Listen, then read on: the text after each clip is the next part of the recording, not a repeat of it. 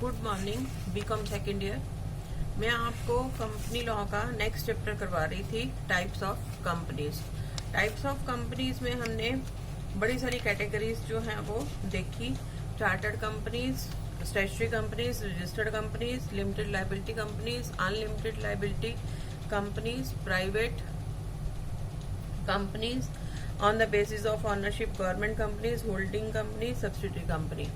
ये हम कर रहे थे on the basis of ownership, जिसमें हमने है गवर्नमेंट कंपनीज जो है वो किया है। गवर्नमेंट कंपनीज को मैंने आपको डिटेल में बता दिया था कि गवर्नमेंट कंपनीज वो कंपनीज होती हैं जिनमें कि हमारी सरकार का कम से कम 51% शेयर जो है वो होता है। और सरकार से मतलब आपको बता दिया था central government, state government, central government plus state government, central government plus state governments और more than one state governments मिलकर जो है कंपनी बनाती हैं। उनके शेयर्स होते हैं 51% और बाकी शेयर्स जो हैं आम पब्लिक के लिए इशू किए जाते हैं। इसके कुछ स्पेशल प्रोविजंस थे, जैसे इसमें कंट्रोलर ऑफ ऑडिटर जनरल द्वारा ऑडिट किया जाता है, या इनकी पोजीशन जो है वो बाकी कंपनियों से थोड़ी डिफरेंट होती है। और इसमें पार्लियामेंट हाउस में जो है दोनों सदनों में रिपोर्ट रखी जाती है हर साल, और कुछ स्पेशल एग्जम्पशंस जो हैं वो मिलती हैं। उसके बाद जो है वो हमने करना था वो था होल्डिंग कंपनी।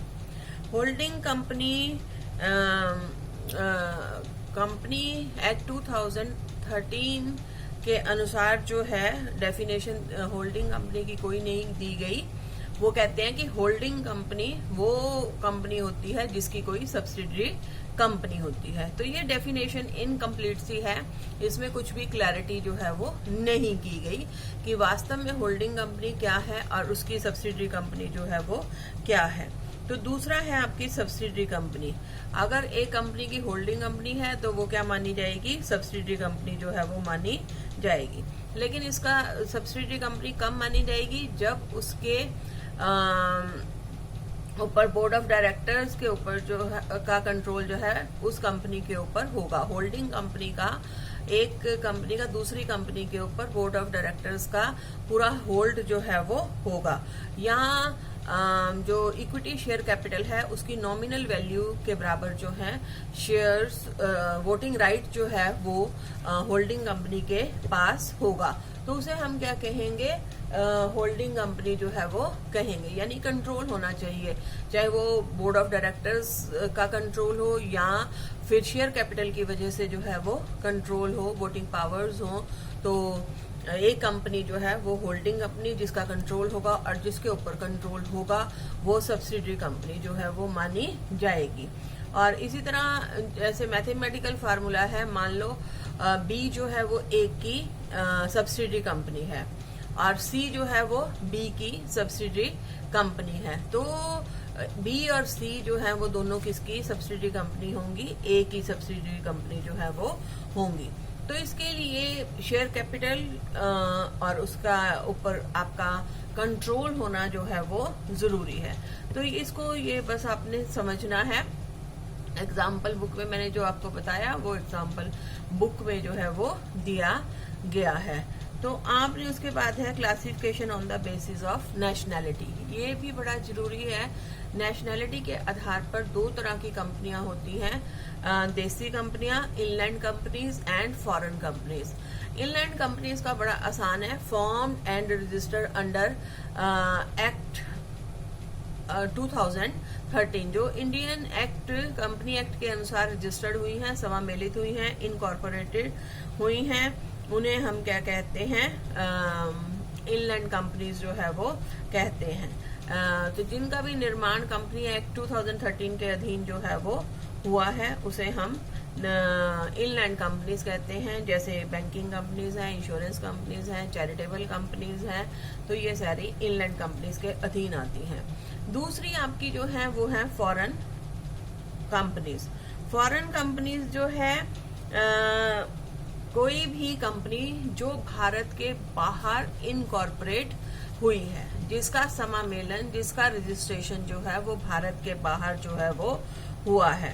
तो भारत में चाहे वो खुद या उसका कोई एजेंट फिजिकली या इलेक्ट्रॉनिक मेथड से भारत में क्या है, कारोबारी स्थान है। लेकिन ध्यान देने की बात है, ये आपने ध्यान से देखना है कि उसका जो इनकॉर्पोरेशन है वो क्या हुआ है, भारत के बाहर हुआ है, चाहे उसका व्यापारिक स्थान जो है वो भारत में ही क्यों ना हो, और या किसी अन्य रीति से भारत में जो है वो क्या करता हो, ऑपरेशन जो है, ट्रेड के ऑपरेशन जो है वो करता हो, तो उसे हम क्या कहेंगे, फॉरेन कंपनी जो है वो कहेंगे। और फॉरेन कंपनीज जो हैं वो दो तरह की हो सकती हैं, ऐसी कंपनीज जिनका इनकॉर्पोरेशन जो है वो भारत के बाहर हुआ है और अधिनियम शुरू होने के बाद, और वो क्या रखती हैं, भारत में व्यापारिक स्थान जो है वो रखती हैं। और दूसरा कि ये इनकॉर्पोरेशन भारत के बाहर हुआ है और अधिनियम शुरू होने से पहले भारत में ही उनका व्यापारिक स्थान था, और शुरू होने पर भी व्यापारिक स्थान जो है वो भारत में ही बना हुआ है। मतलब मेन चीज जो है, अगर आप देखें, ये लॉ की लैंग्वेज होती है, you have to write down the technical language, अपने तकनीकी भाषा का जो है इसमें प्रयोग करना है। तो दोनों चीजों का मतलब जो है वो सेम निकलता है। पहली बात उसने कही कि भारत में इनकॉर्पोरेशन हुआ है, लेकिन व्यापारिक स्थान का संचालन जो है वो कहाँ से होता है, भारत से जो है वो होता है। और दूसरे में भी वो सेम कहते हैं कि भारत के बाहर इनकॉर्पोरेशन हुई है, और जब ये एक्ट आया 2013, उससे पहले भी भारत में वो व्यापारिक स्थान रखे हुए थी, और इस एक्ट के शुरू होने के बाद भी उसने व्यापारिक स्थान जो है वो भारत में रखा हुआ है, तो उसको हम क्या कहेंगे, फॉरेन कंपनी जो है वो कहेंगे। तो एग्जाम्पल दिया हुआ है बुक में, मैं एग्जाम्पल बुक का ही दूंगी ताकि आप जब पढ़ो तो आपको समझने के लिए आसान हो कि एक कंपनी जिसकी इनकॉर्पोरेशन जो है वो भारतवर्ष में हुआ है, जबकि भारत के बाहर वो क्या कर, इनकॉर्पोरेशन कहाँ हुआ है, इंडिया में, लेकिन व्यापार का संचालन जो है वो क्या कर रही है, भारत के बाहर कर रही है, और उसके सभी मेंबर्स जो हैं वो नॉन रेजिडेंट हैं। तो यहाँ पर वो फॉरेन कंपनी नहीं है, हालांकि उसके सभी मेंबर्स जो हैं वो क्या हैं, इंडियन सिटीजन जो है, नॉन रेजिडेंट है, और भारत के बाहर जो है व्यापार और संचालन कर रही है, लेकिन इनकॉर्पोरेशन कहाँ हुआ है, इंडिया में हुआ है, तो वो फॉरेन कंपनी नहीं है, क्योंकि यहाँ पर इनकॉर्पोरेशन वाला एलिमेंट जो है वो प्रेजेंट नहीं है, तत्व जो है वो मौजूद नहीं है।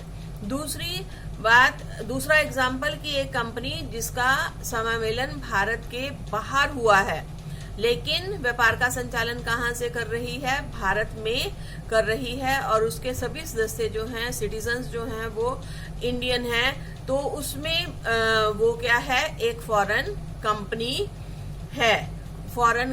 है, क्योंकि मेन मुद्दा वही है कि उसकी इनकॉर्पोरेशन कहाँ हुई है, भारत के बाहर जो है वो हुई है।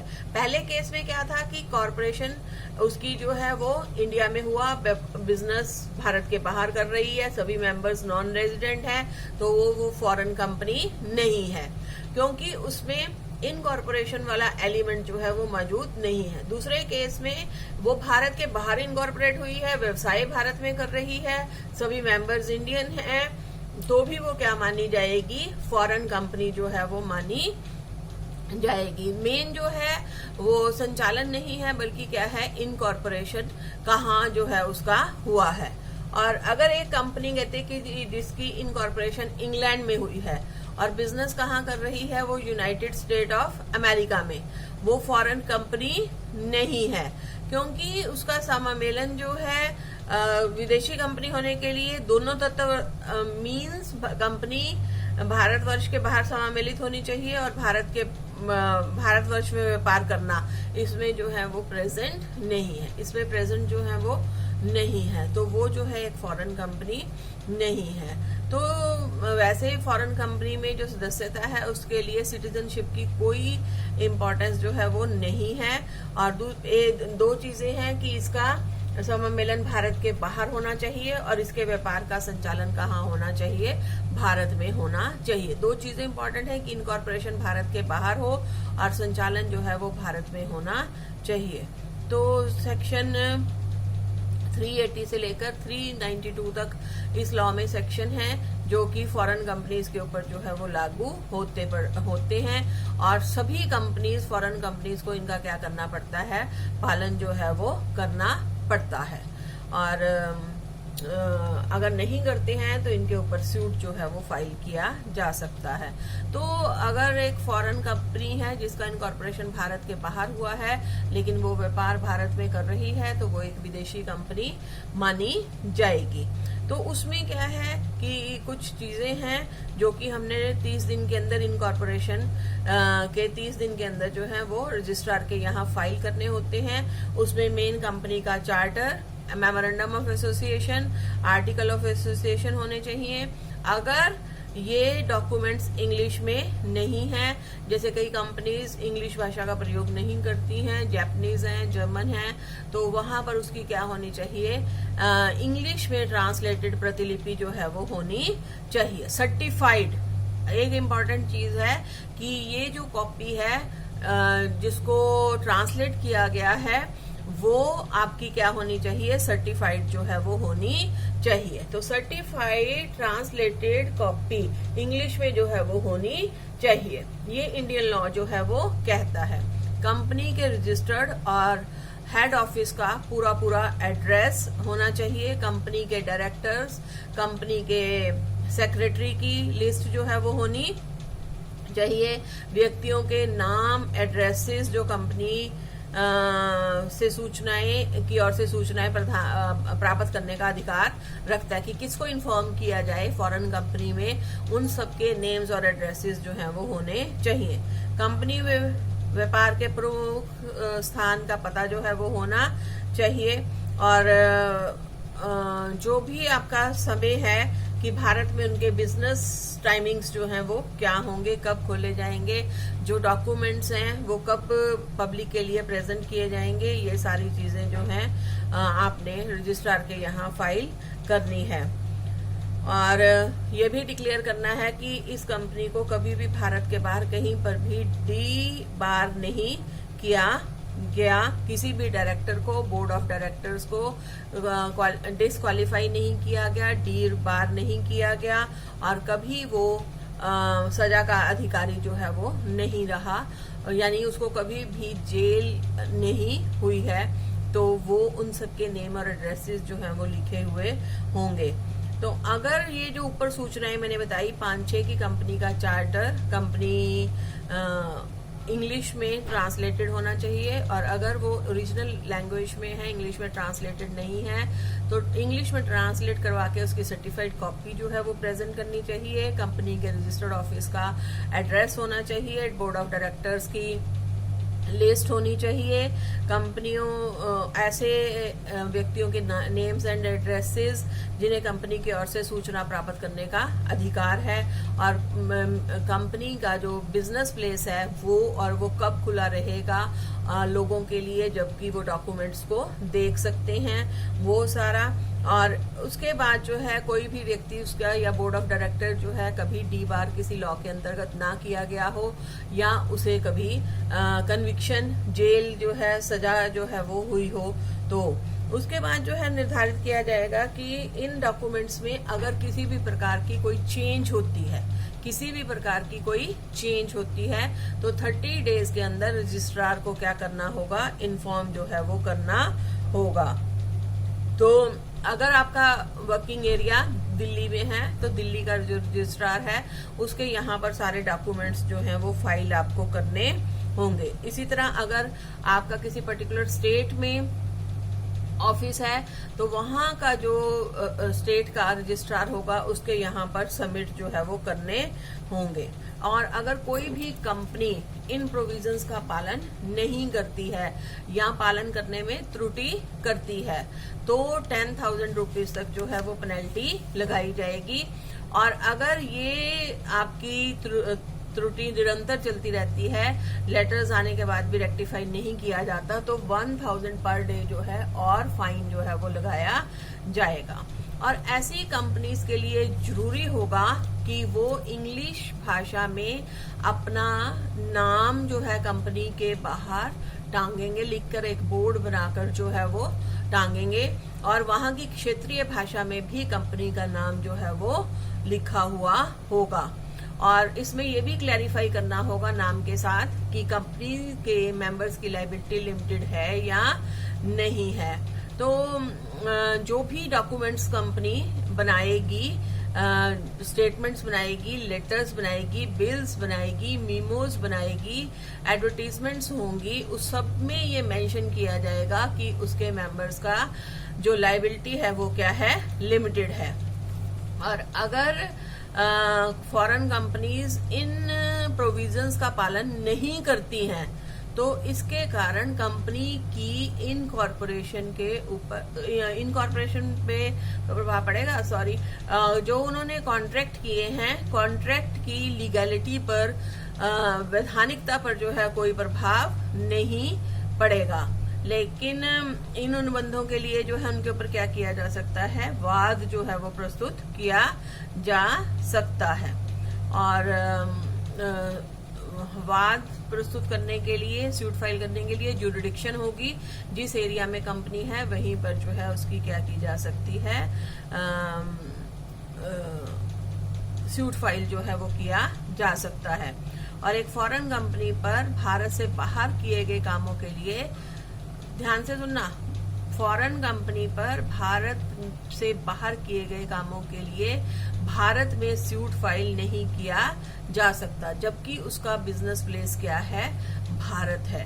तो इसमें जो है एक किराए का प्रतिनिधि जो है आदेश प्राप्त करने के लिए रख लेते हैं, लेकिन कंपनी जो है वो उसका निवास जो है इंडिया में स्थापित नहीं हो जाता, यानी सूट जो है वो भारत में फाइल नहीं हो सकता। जहां की कंपनी है वहां के जो नियम हैं उनके अनुसार जो है वो उनकी जुरिडिक्शन में सूट जो है वो फाइल किया जा सकता है।